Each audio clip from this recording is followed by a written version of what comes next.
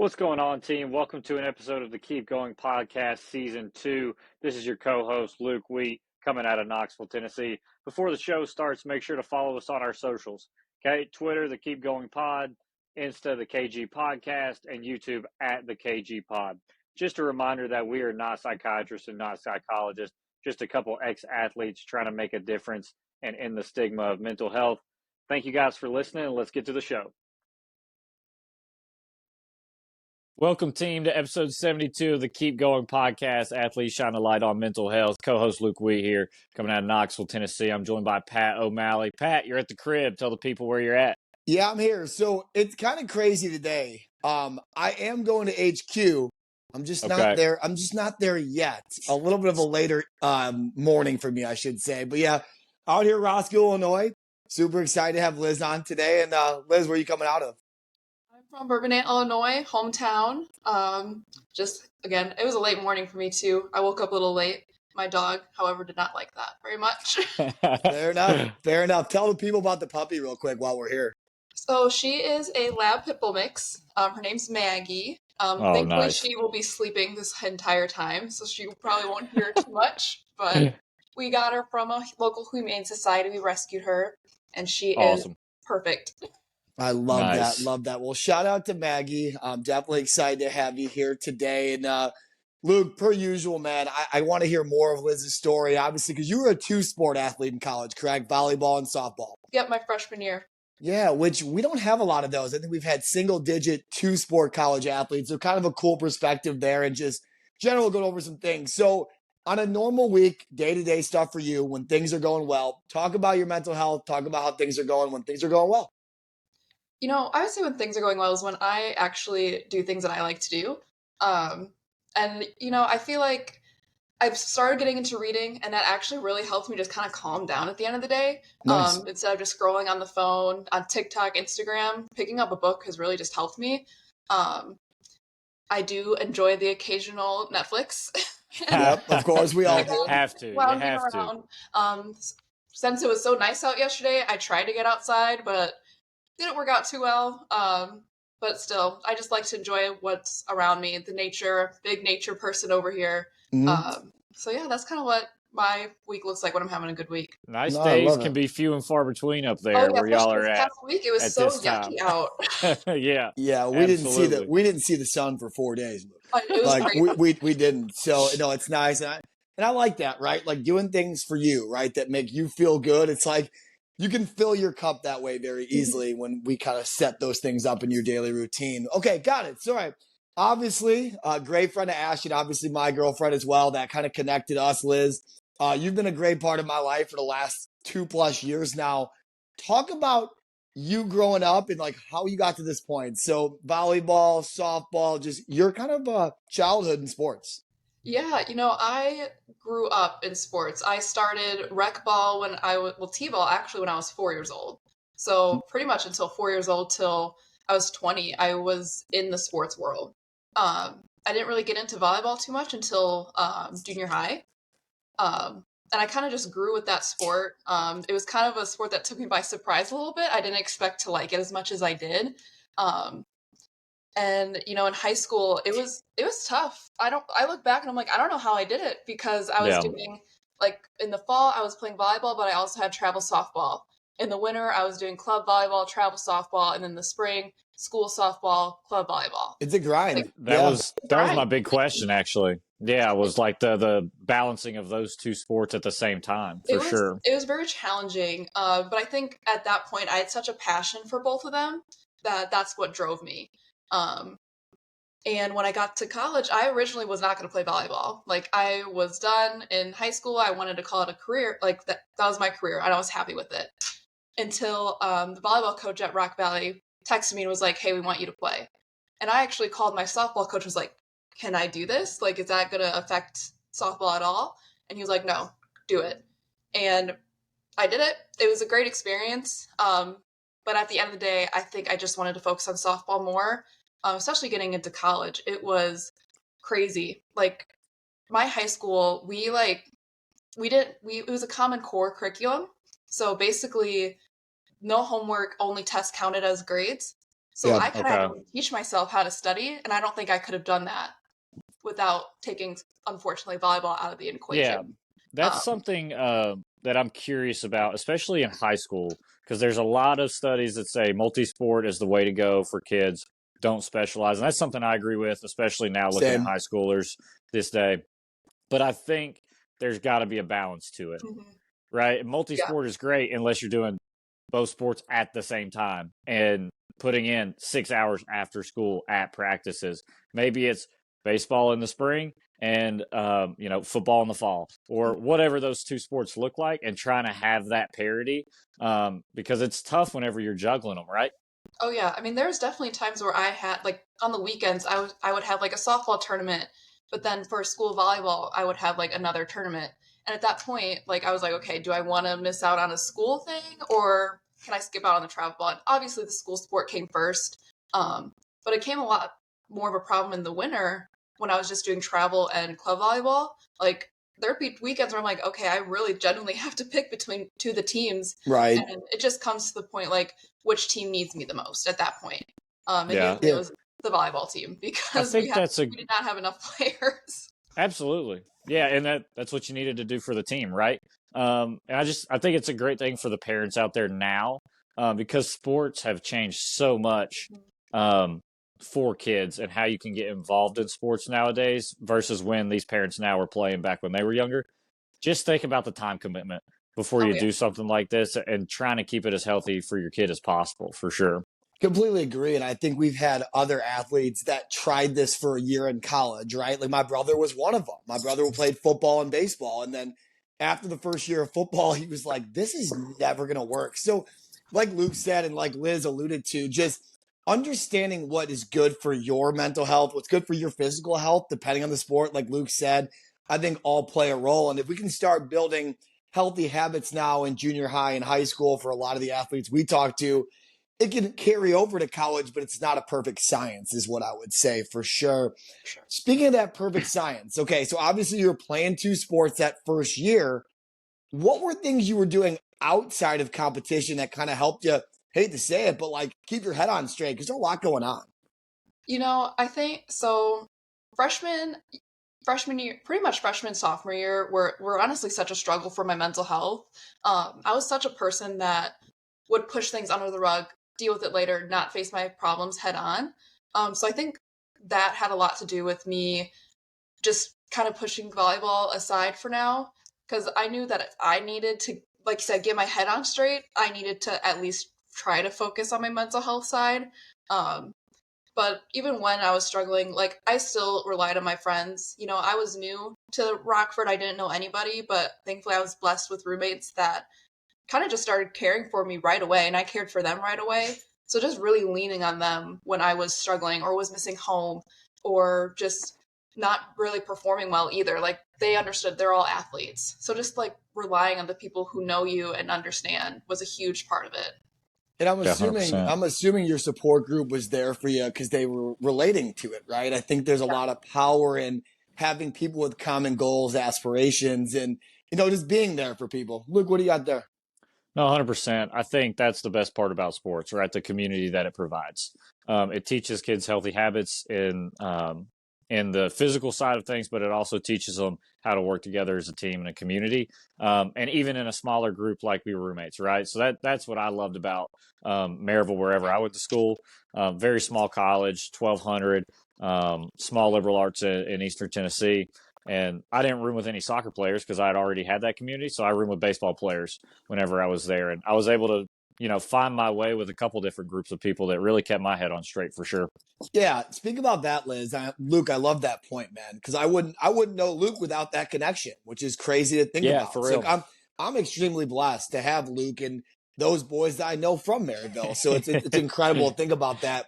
How awesome the friend group can be in that community and your support group. Talk about it from, how do I put it? Like when you were having those issues, you went to your support group. How did you finally get past those struggles? Besides that, because there had to be a little bit more to it. Yeah, you And know, talk about it as yeah. least or as more as you'd like. Yeah. I get it. Yeah, I get Yeah. it. Um, you know, it was hard for at first because they all had softball and I was at volleyball. So like our schedules were not aligned. So there was times where I was at home and they were at practice and I was struggling. Um, Luckily my roommate had a cat, so Ha. That helps. animals That helps. support. It Um, does. It does. It but I absolutely does. think like I said at the time, I really was struggling with just feeling my emotions and understanding where they're coming from. So I think I used to write them down because there's times where I genuinely was like, why am I feeling angry when I'm not angry? So just kind of like filtering those through helped a lot without like Yeah. just kind of putting that support system aside when they weren't available. Kind of had to Yeah. do it on my own for a little bit. I'm I get using it. journaling a lot right now. Going at least I'm not the biggest journaler in the world. I was last year. I did pretty much consistently every day, but I'm with you on that. I think I'll pop it out during lunch at work or something right now, just every other day, and make sure I write something down. I think it's so important it helps you introspect, right? It helps you think about what's going on, where do you want to be, how do you get there? Yeah. Yeah, I'm definitely a serial journaler, as you guys know. Like I'm every single day, 3, 4, 5 paragraphs. Like it's the full sheet. Like I don't pretty much leave the room until that's done. So I think there's a lot of power in putting your problems on paper. It's kind of that way of like releasing it. I don't know who talked about that, but it was on a podcast I listened to. Like, write on a piece of paper, then throw it out. Like, Yeah. it's just like, okay, it's out of sight, out of mind. You got it out there, it's out there. So I like that. Any other ways that you did that back in the day besides journaling? Um, oh, to be honest, not really. Yeah. Like, Yeah. Yeah. like Find what works. yeah, Yeah. like that's what helped. I mean, nowadays I have other things that I do, but back then it was not the best. And like looking back at it, like I've grown so much from that point. Like Yeah. just like not like I didn't even want to write my emotions down, but like I knew that I had to. But now I'm like writing them down. I'm like, oh, I feel this, I feel that, and it's a Yeah. great feeling knowing that you are comfortable with your own emotions. Yeah. Agreed. 100%. And even knowing you for the last couple of years now, I've had the blessings to get to know you and a lot of people in your circle. It's just your growth has been evident even over the last couple of years. So it's fun to kind of watch you grow as a person now that you've taken your steps away from being a student athlete and being quote unquote in the real world. I think you should be very proud of that. Oh yeah. Absolutely, absolutely. Oh. Here, go ahead. Go ahead. What were you saying? Oh no, I was just saying like going into the real world was very scary, but Yeah. honestly, the growth that you get from it is like insane. Yeah. Yeah, I want to get to that point, but I want to backtrack a little bit. So the point that we haven't touched on yet is you're at Rock Valley, which is one of the top junior colleges, if not the best junior college for softball in the country at the time. There's a lot of pressure that comes with that. Being on that high level of a program with a winning pedigree, with a winning history. Talk about the added pressures of that, but like also the added benefits, if you wouldn't mind. Yeah, it was a lot of pressure. Luckily, I had a travel ball community. That was also a lot of pressure. We got fifth place at nationals when I was 16 years old. So, like that kind of pressure was no stranger to me. Um, However, I do feel like it was a lot more just because they had that winning history. You didn't want to be the team that ended it. So Right. having that thought in the back of your head was very intimidating, but also kind of exciting because you didn't know where that season was going to go. Every team has ups and downs, and I remember some practices, like looking at the practice plan, like and genuinely feeling nervous, and I wasn't Yeah. used to that. Like, and everyone was just so like in it on practice, like I just don't know how to even explain it. Like I walked into my first practice after volleyball, and it was just like this is an entirely different atmosphere. Right. Like, Yeah. I'm not saying everyone on the volleyball team was like carefree, but like there's so much more focus on the softball team. Like we all had a goal, and that was to win a national championship. And Yeah. at volleyball, it was like our goal was just to win that game. There was no long-term goal. So kind Yeah. of like adjusting my mindset was a challenge, especially when I had a huge ankle injury that put me out the rest of the fall. So like even then, like I had to like, okay, look at the big picture. This is temporary. Think about spring, kind of thing. Yeah. Yeah. 100%. And I No think doubt. that's, especially on the injury front, I think that's why a lot of teams are hiring sports psychiatrists now and people to have on staff, as opposed to just the physical help. They'll get them some mental health as well, because Mhm. that is super important when you're away. You've been with that group all year. and an injury puts you on a different schedule, right? Yeah. It puts you on a different wavelength than the other parts of the team, and a lot of teams are responding to that. It's trickling down to the college level and a little bit into the high school level, and we've touched on that on the podcast before. But when you had that injury, what were some thoughts that were going through your mind? What were you feeling like at that moment? Honestly, I was so mad. Yeah, Yeah. It was like literally the second week I got back from volleyball, and it was a stair workout, and I thought I could jump stairs. Don't do that.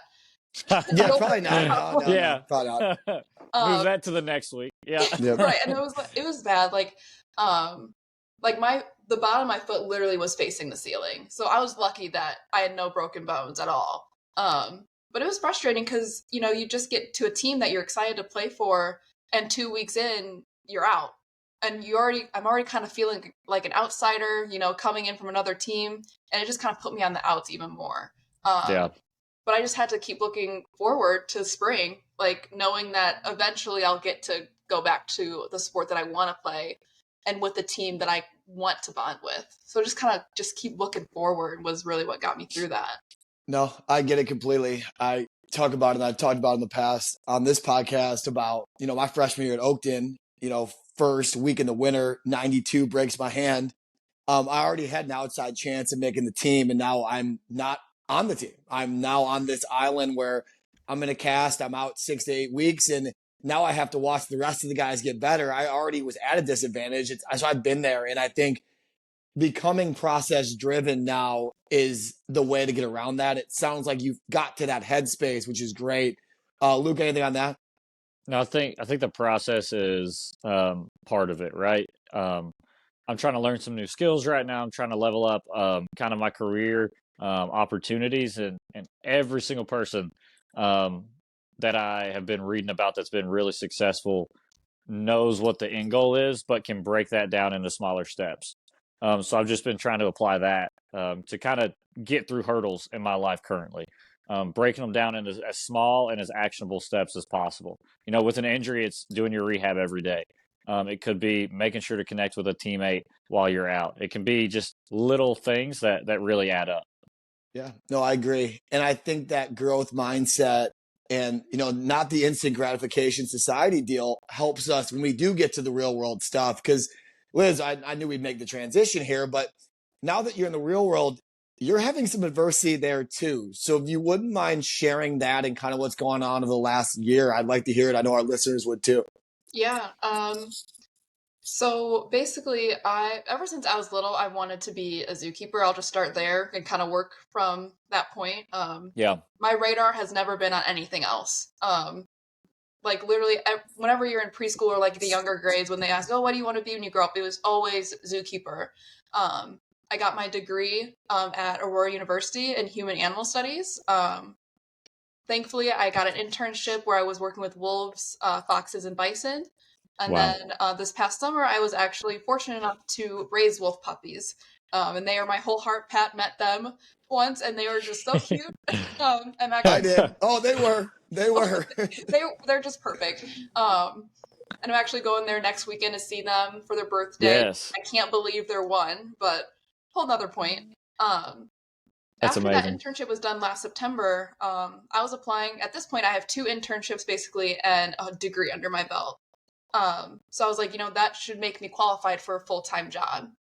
I applied for over 30 jobs and I only got 1 interview. And that was very frustrating because then you look at yourself and like, am I the reason I'm not getting interviews? Like, what am I doing wrong? So then I Yeah. started applying for internships, which again were unpaid.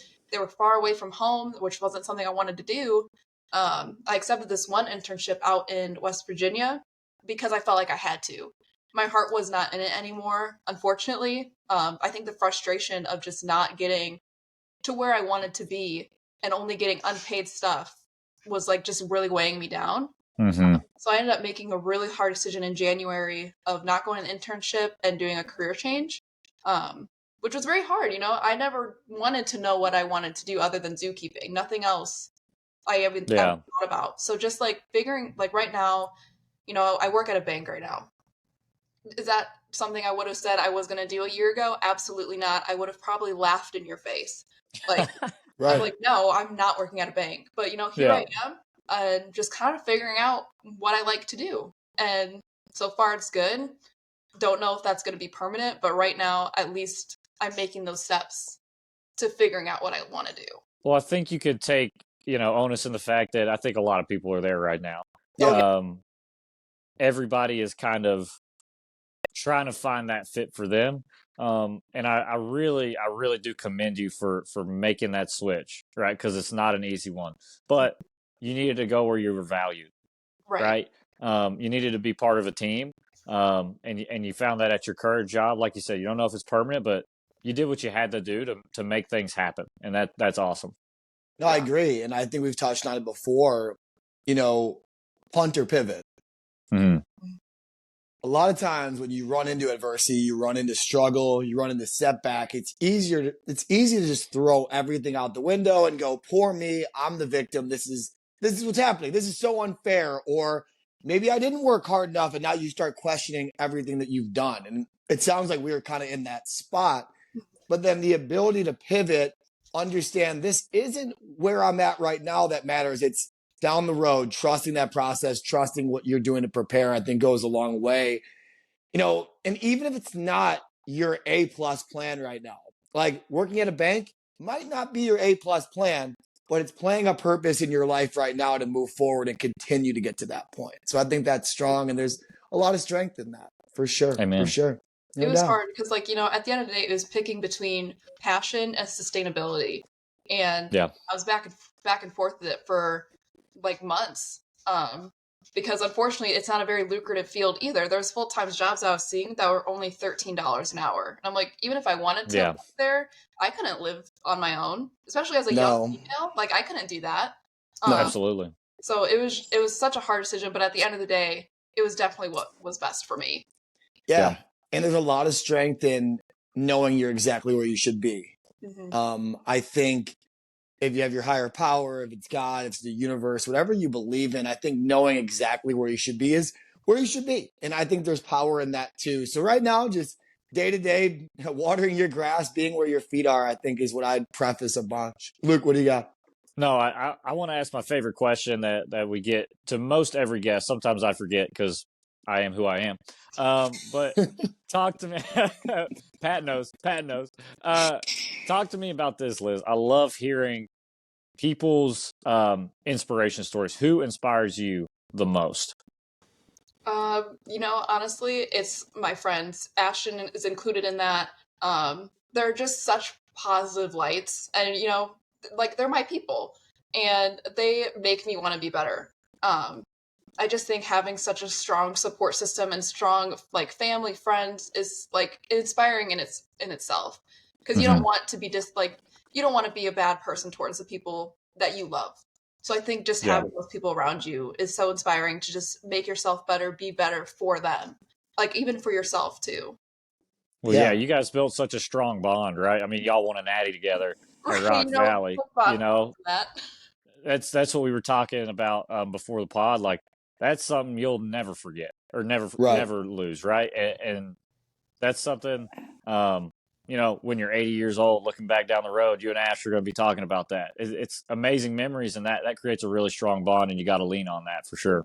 No doubt. And I think it's refreshing, Liz, to hear you talk about your support group, your friends, your family that are there for you, because I think you're the same way for them. I know being an accountability partners for the last couple of years, I just know how you impact people and how your light shines on people as well. So I'm glad to hear that you can feel that way and also have it come full circle for you. I think there's a lot of power in that.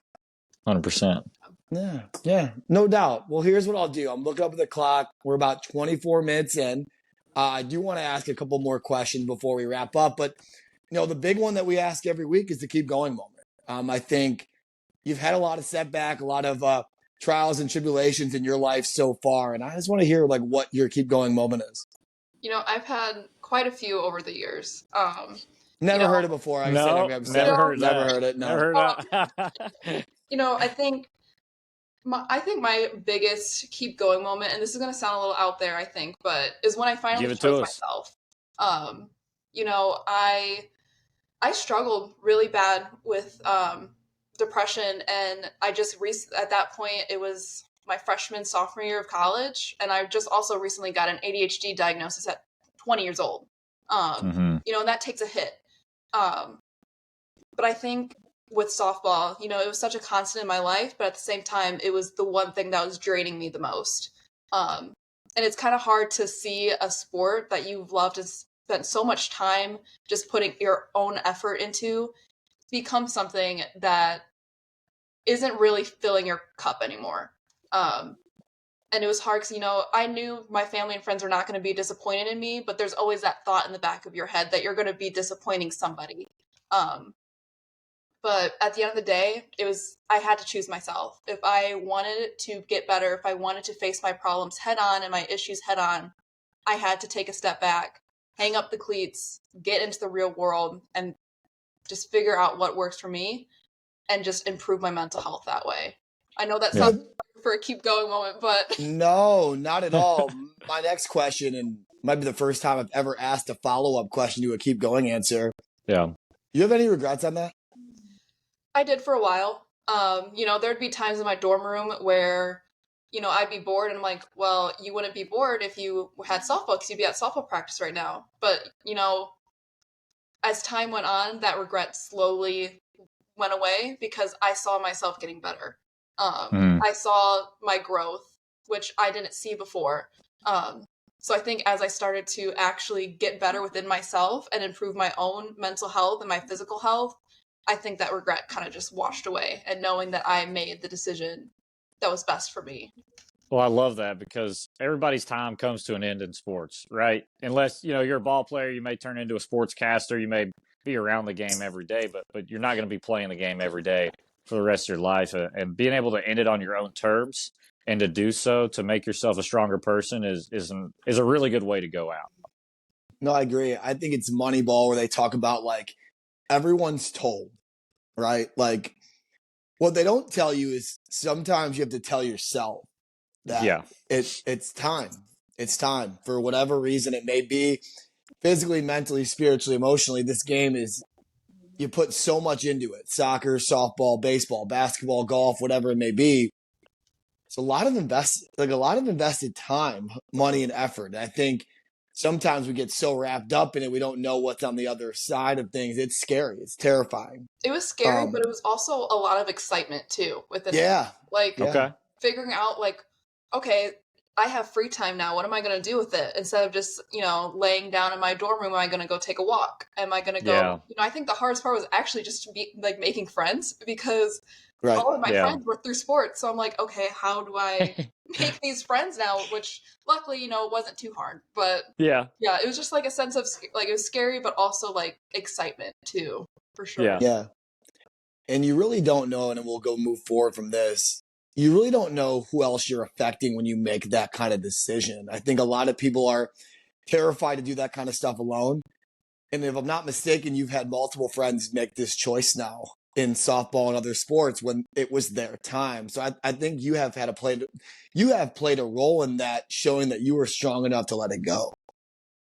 It's crazy to think about that. Luke? 100%.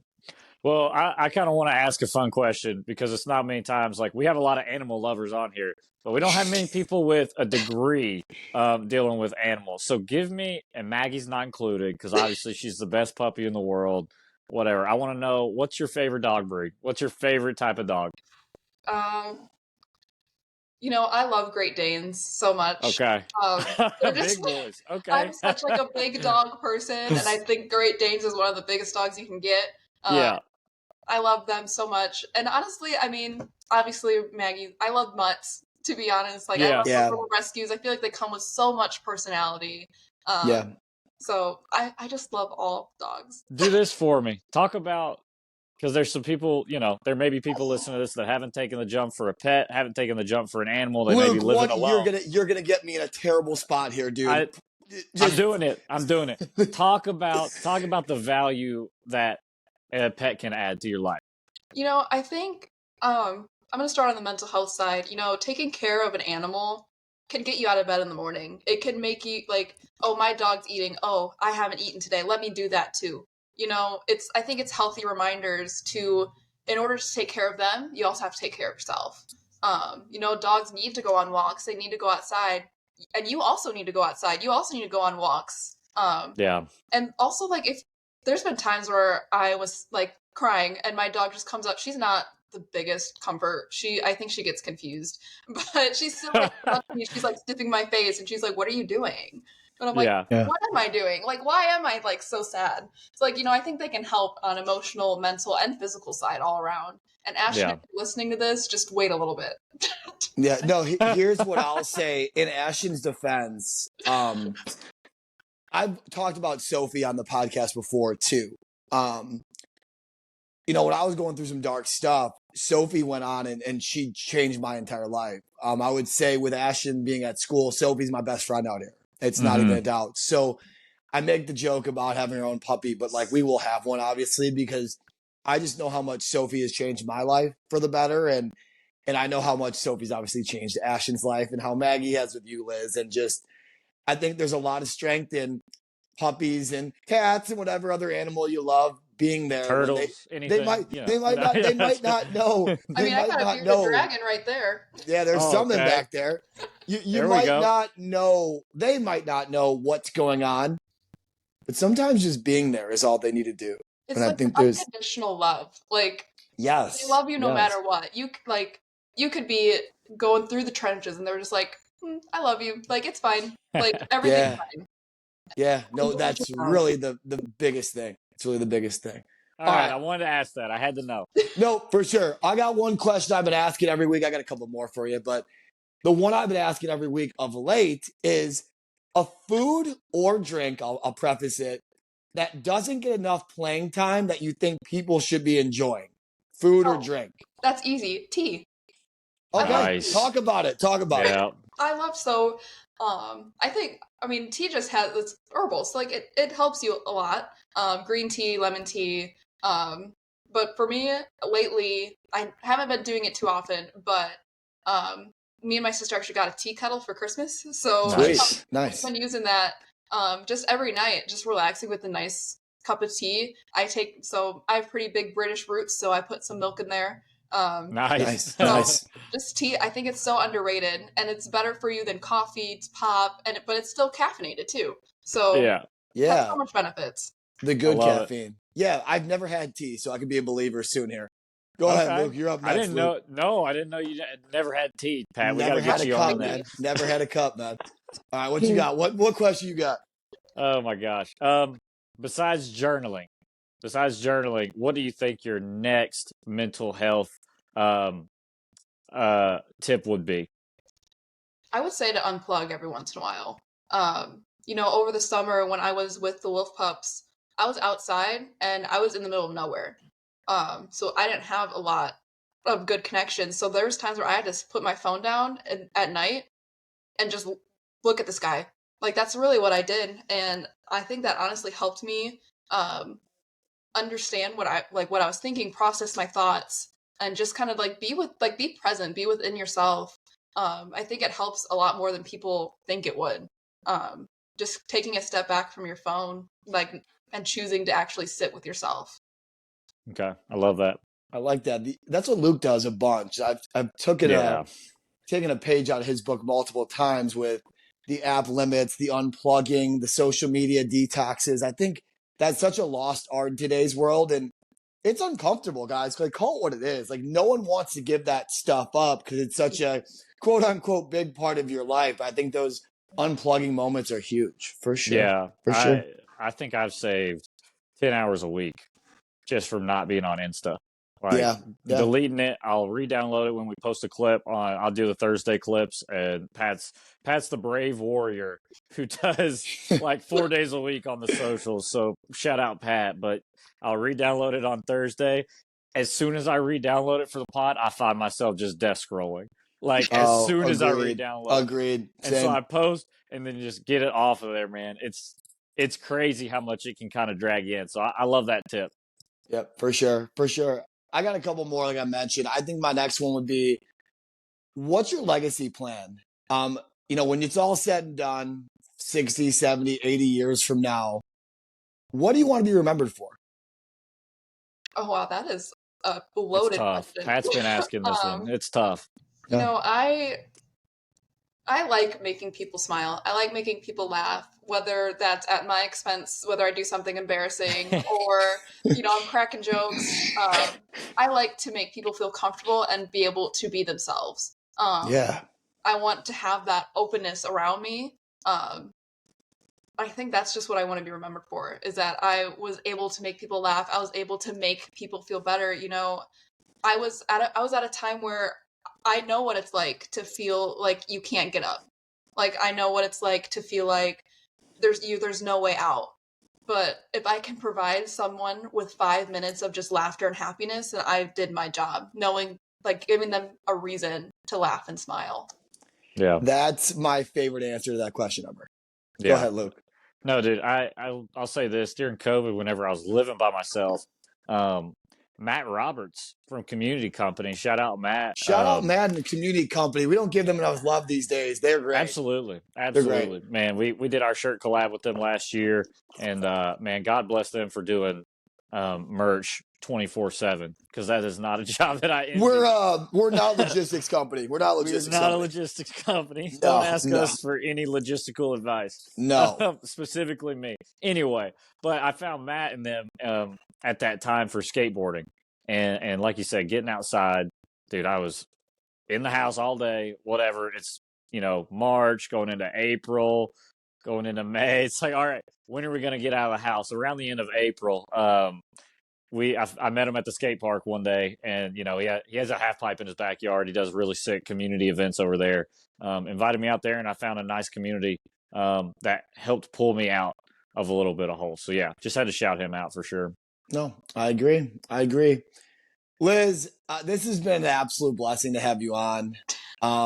You're not only huge in multiple people's lives, but like you've been a huge part of my life for more reasons than one, and hopefully people will be finding that out in a couple weeks here. But like, you are an incredible person. You are a blessing to me, and I just want to say thank you for being on. But and we're happy to have amazing guests. Like, we wouldn't be possible without the guests. How can we help you? Like, I think we spent a lot of time in the beginning, like worrying about us and getting the podcast bigger. But like, you've been huge today. How can we help you? I feel like you guys just help with just having this podcast. I think, especially with my day, I think just shining a light on mental health is important. So just being that steady presence in so many people's lives helps me feel better about those athletes who are in my same shoes, who felt like they didn't have an outlet, and they were alone in how they were feeling. I think you guys just doing that helps me feel better about that. We appreciate it. We absolutely, we really do. We do. Yeah, like Pat said, not possible without you guys, and it's my favorite part whenever I hear guests and a family member reaches out that they hadn't spoke to in a while, or a family member reaches out that may not have been so really thinking about mental health, and they listen to one of these episodes and they're like, wow, that really touched on me. I'm going to dive a little bit deeper into this. That's one of the favorite part about our podcast. It's not even a doubt. And I won't name names. I'll wrap us up, but I had a situation, I'll get emotional for a little bit here. On Friday night after a long day of Wrigley activities, Trenches. and the night wrapped up, and I had a dude walk up to me and tell me that during a lot of dark times that the podcast got him through a lot of this, and that he felt like he could finally talk about it with people because it was a conversation starter. And I just sat there just in amazement, because you don't really know what people are going through until you give them their mic, right? Their platform to talk about it. Mm-hmm. And I was taken back by it, but I think there's the point I'm trying to get across is keep checking on people. If they start talking about something, don't give them a one-word answer. Don't shake your head. Like, just give them their platform. Give them their podcast moment, right? I wish I could give 1,000 people their keep going moment. So it was empowering to hear after, a couple beverages that kind of conversation came up, because you just don't know what, people are going through. So continue to give people that outlet and that stuff. So that's all I wanted to say. So. Absolutely. We're sitting at the 40-minute mark. Man, we appreciate it. We appreciate you taking the time this morning and sharing your story. It's not an easy thing to do, but hopefully it's a good conversation starter for you. It's a good conversation starter for your friends and your family. And thank you so much.